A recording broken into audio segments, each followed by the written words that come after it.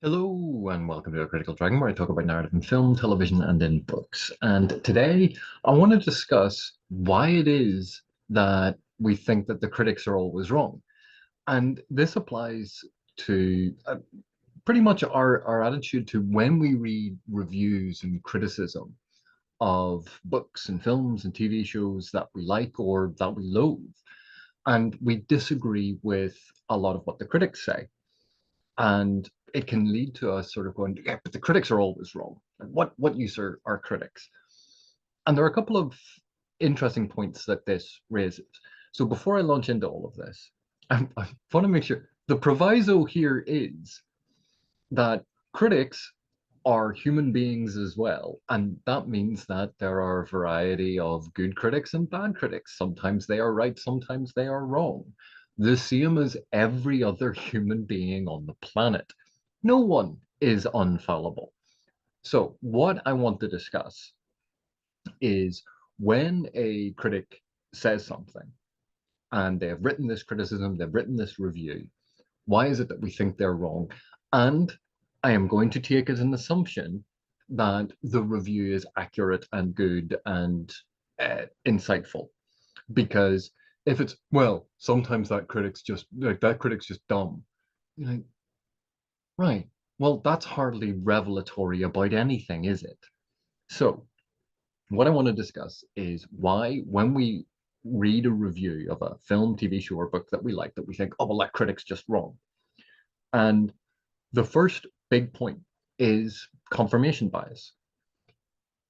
If we think of the number of times that we have read a review that we agree with, we tend to go, yeah, well, we agree with that, and we move on.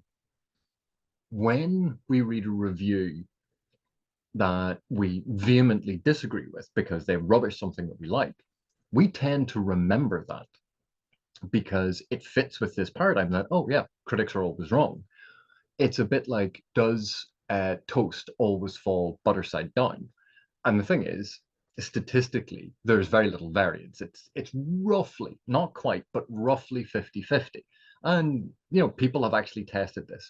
But the thing is, when it falls butter side down, we remember it and go, oh yeah, it always falls butter side down. But when it doesn't, we don't go, oh, you know what? That didn't fall butter side down. I must remember that. Confirmation bias skews our perception. So we tend to think, oh, well, the critics are always wrong because we remember all those times that we disagreed with the critics. The second point that kind of comes up is, what are the criteria being applied? I've talked about this before in terms of review, that sometimes when we think about how we are evaluating something, we use very different criteria to how someone else does it. When we are reading a book or watching a film or watching a TV show, we are generally, not always, but we are generally reading them and viewing them for pleasure, enjoyment. These things are entirely located in our personal experience. That's what we are doing with it. A critic, on the other hand, is not looking at it about, well, I enjoyed this. This is good. Critics typically are trying to evaluate and describe the thing, what the thing is doing, how well does it do it. That is a radically different position to, is it good? Because good is not a defined term.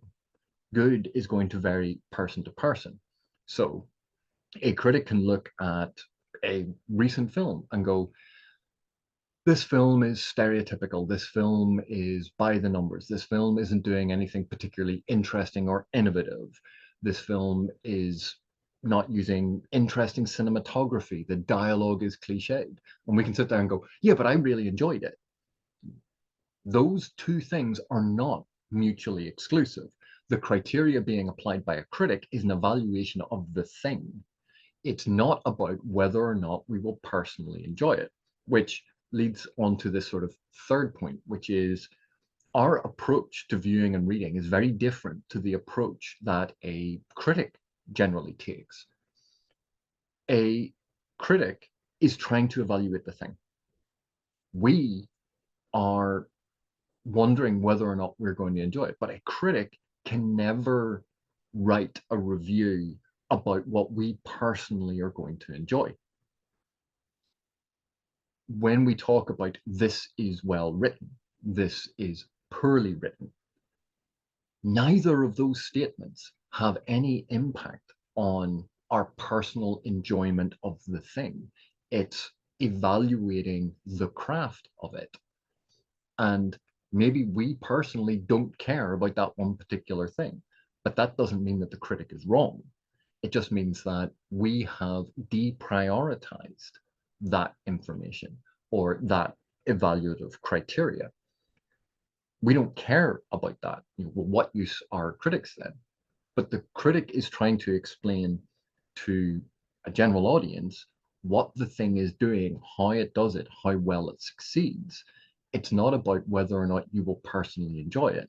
We take that information from a review, from a criticism, and we look at it. And from that, we might get an idea of whether or not it's the type of thing that we like. So, for instance, let's say someone was talking about a bowl of chili and they go, it's so hot, it's incredibly hot, it's too hot, you can't taste anything because it's too overwhelmingly hot. But you personally might go, yeah, but that's the thing that I crave in chili. So even though this critic has a negative perception of the bowl of chili, you're going, but that's exactly what I want, and you might go and get it. So it's not that the critic is wrong, they're describing it, but the evaluation that you're doing about whether or not it is a desirable thing is different. There's another element to this, and part of it is if we really enjoy something, if we're passionate about it, we describe ourselves as fans. Fans obviously coming from the word fanatic. We are passionate, we love this. And there is an element of personal identification because of that passion. That if someone criticizes something that we love, we take it as a personal criticism. That if they say that the thing that we like is bad, well, they're saying that I'm bad, that I don't have good taste. They're criticizing the thing that I love.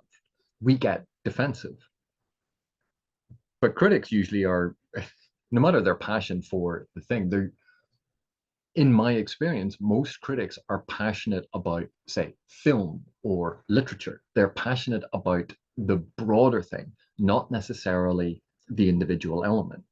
I'm really passionate about storytelling and how storytelling functions, which is why there's a whole lot of things that I talk about that I'm like, this is really well done, and look at this. Because I'm looking at the technique and the craft and the thing that excites me. Quite often, what it's coming in, what it is being exhibited by, I mightn't enjoy, or vice versa. I might say that this is actually very poorly done, but I still really enjoy it. These are different elements. And quite often, I don't get annoyed if someone doesn't like the thing that I like. This happens quite frequently. There are lots of people really don't like the Maleficent Book of the Fallen. And you're like, yeah, fine. I have no problem with that. I have had people comment on videos where I've been talking about something and go, well, I really hated this. This is badly done. And the thing is, I always make a distinction.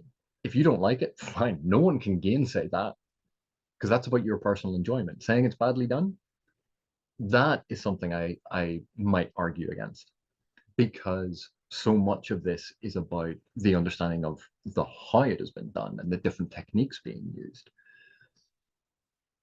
So when someone criticizes or doesn't like the thing that we like, intellectually, logically, we perfectly understand that. Well, yeah, of course. Like everyone has different preferences, everyone has different tastes.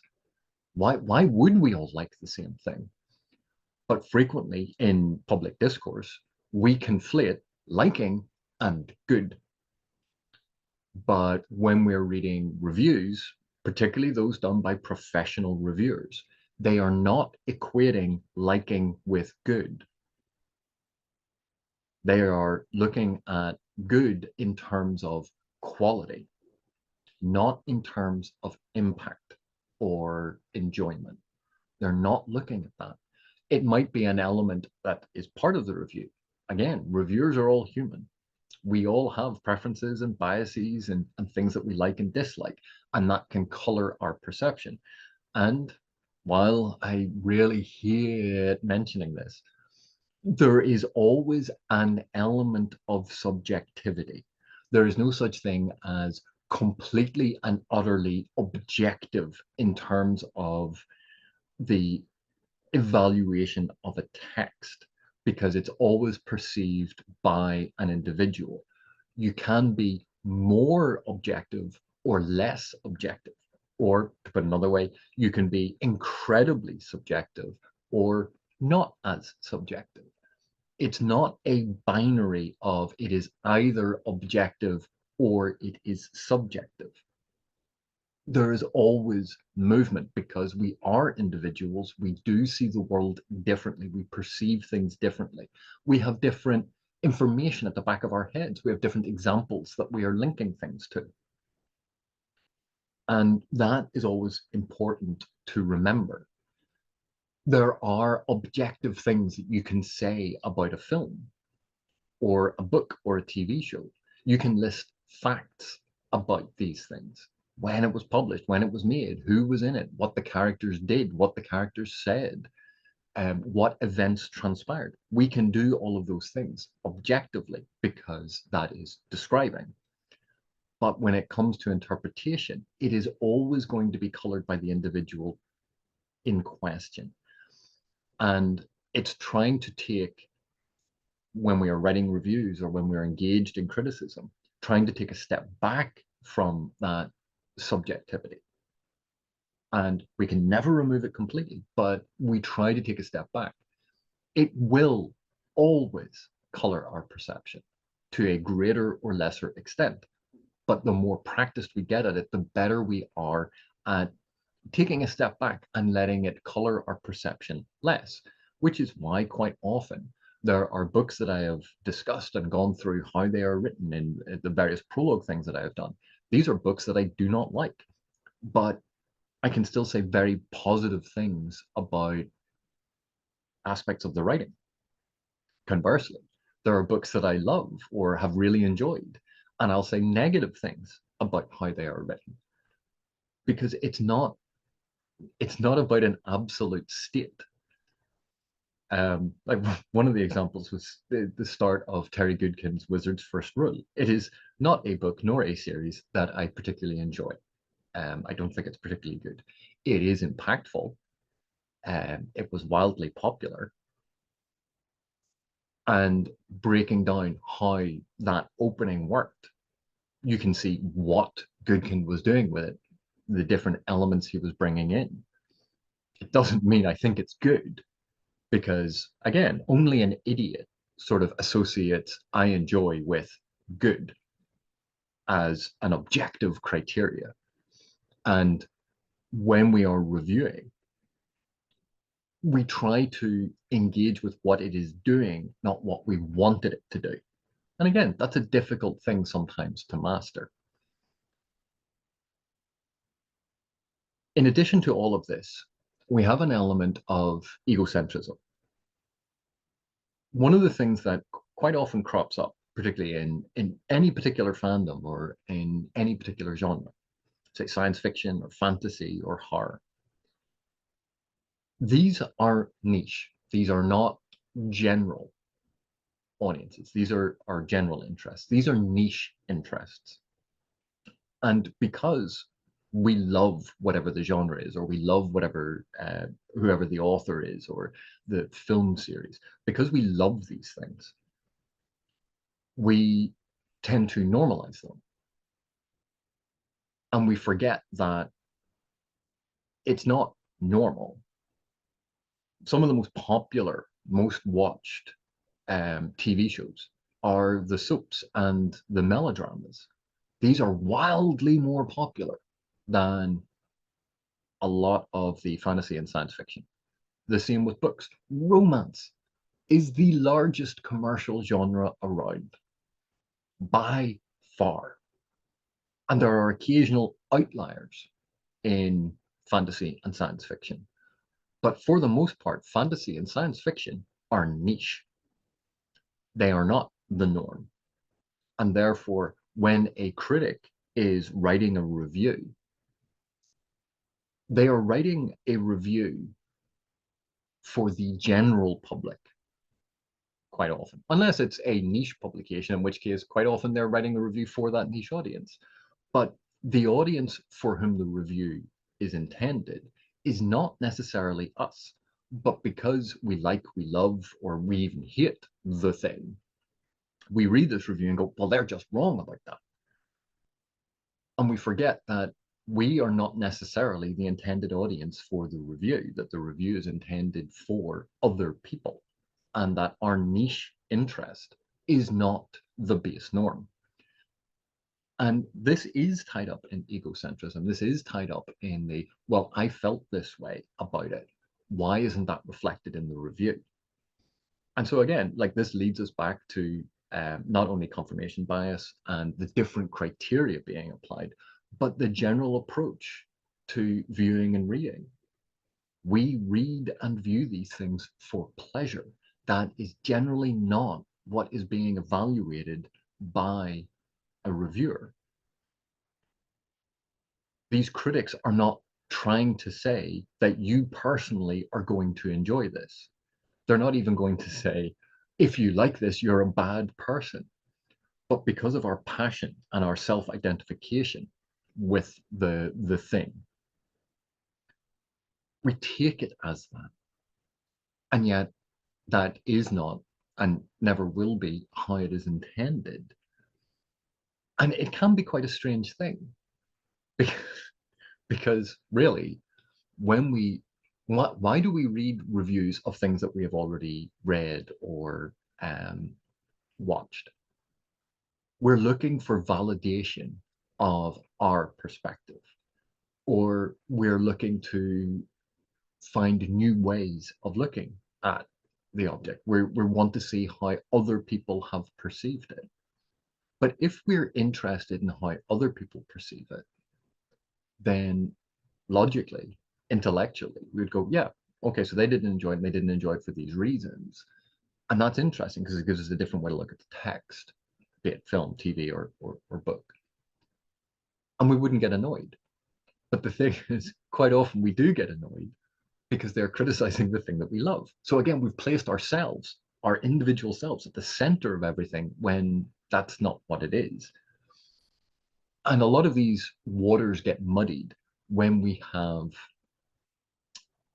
amateur criticism. And the thing is, everyone should be more involved in discussing the things that we love and talking about books, and analyzing books and films and TV. I am all for that. But because of our status as amateurs in this field, we don't have the same approach and we don't have the same lexicon, and we're not looking at criteria that are more universally applied than our own personal criteria. And it's always a balance between these things. And even with that personal approach, that can be revelatory, not only to ourselves about the things that we like or dislike, but also about how other people approach things, about things that we value in texts and we value in storytelling. And the more we engage with that, the greater insight we have into our own preferences, our own blind spots, particularly when we look at other criticism and we go, oh, they had a problem with that thing. It never occurred to me to have a problem with that thing. That's fascinating. I wonder if that applies elsewhere. When we conflate I enjoy with this thing is good, it makes us overlook aspects of, say, craft that are actually quite impressive because we didn't like them. But just because we didn't like it doesn't mean that it wasn't good. It's only we didn't like it, therefore it is bad if we're applying that as one of the criteria we're using for evaluation. There's another aspect to this, which is genre fans. We can love fantasy. We can spend a lot of time reading a lot of fantasy and engaging in things that are involved in fantasy. We have a specialism, a specialist knowledge, a niche market that we're engaged in.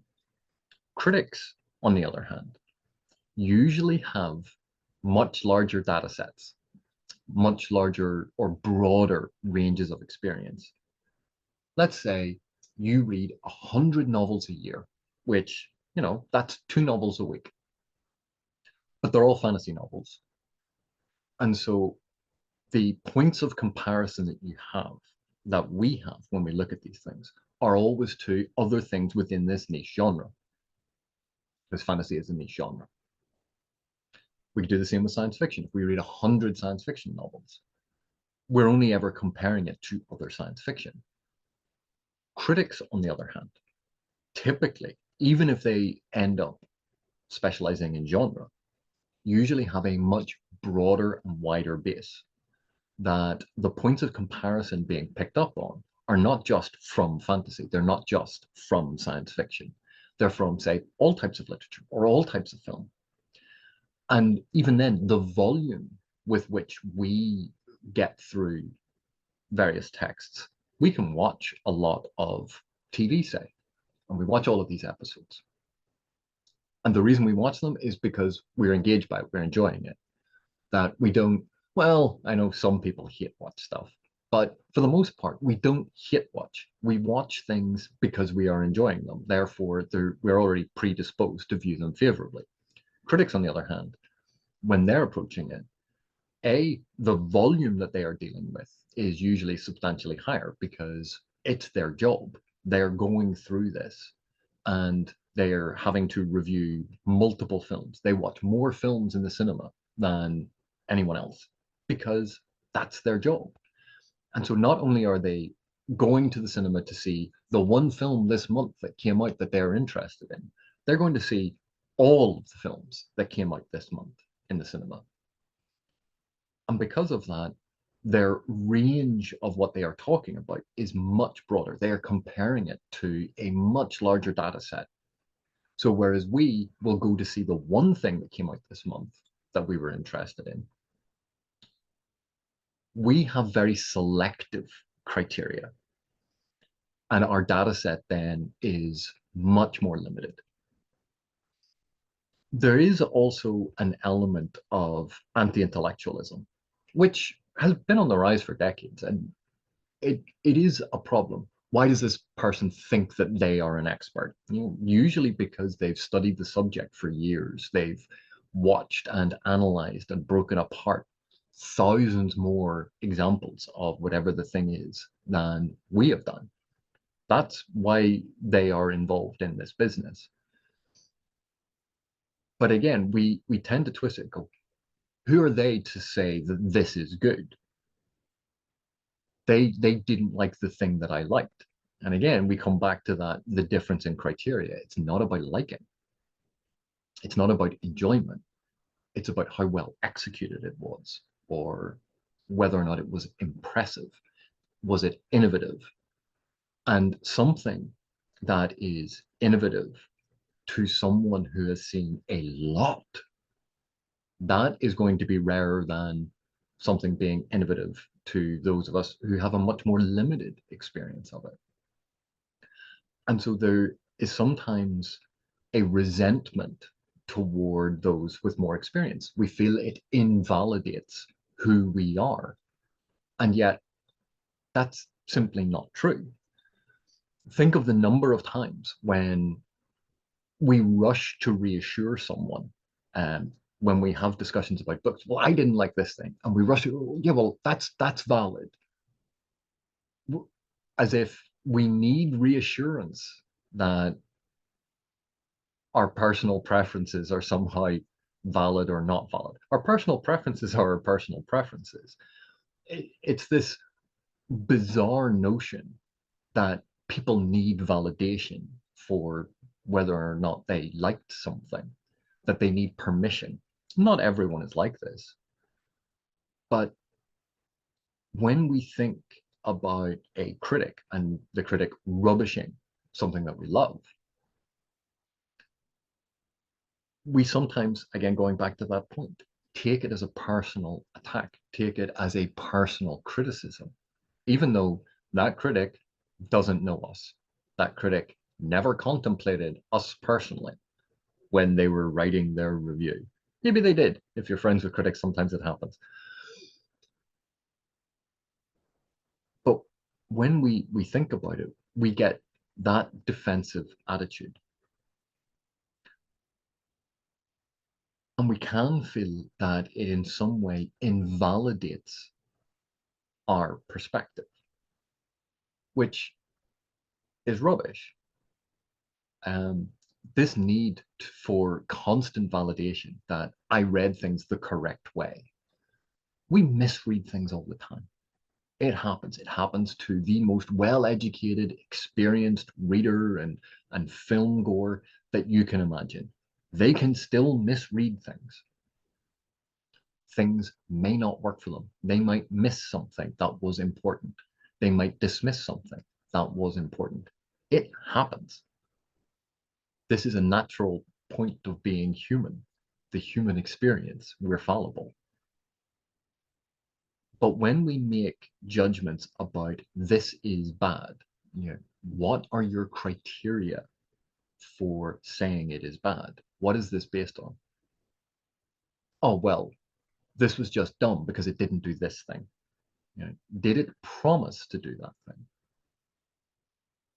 And we get into all sorts of intricacy and nuance when we start dissecting things and analyzing things. And the more practiced we get at it, the more insightful we can become, or the more balanced we can become. And that's something about the professionalism of critics. They have practiced this. And it's not that they are always objectively right. Some critics are bad critics, they just are. But for the most part, critics have experience and training that allows them to see things slightly less passionately than, say, fans do. And they evaluate it in that respect. But that's not how we as fans engage with texts. And so it's not that the critics are always wrong. It's not even that the critics are usually wrong. And it's not that critics can't be wrong. It all depends on the particular criticism, the approach taken, and what they were trying to do with it. But we remember when we disagree with critics. We very rarely remember when a bunch of critics agree with us. And this is why the seemingly objective criteria of popularity can be so infuriating. Oh, well, the critics are all wrong. They panned this movie, but audiences loved it because the critics weren't talking about it in terms of popularity or whether you or an audience will enjoy it. That's not what the majority of them are measuring or analyzing. Or even a bunch of films and books that critics absolutely love. And you go, yeah, but that was really boring. Why are the critics always wrong? And again, it's it's generally because the critics have one set of criteria that they are applying, criteria they have evolved from huge data sets as useful criteria for the analysis of something and the understanding of how things are put together and how things are communicated. And they're not talking about the personal experience of whether or not it hit the right notes for them. So these are just my thoughts on this. Critics, like everyone, can be wrong, they can be right. They can overemphasize some things, they can underemphasize other things. We're all human. But criticism, even negative criticism of the things that we love, is not a criticism of us personally.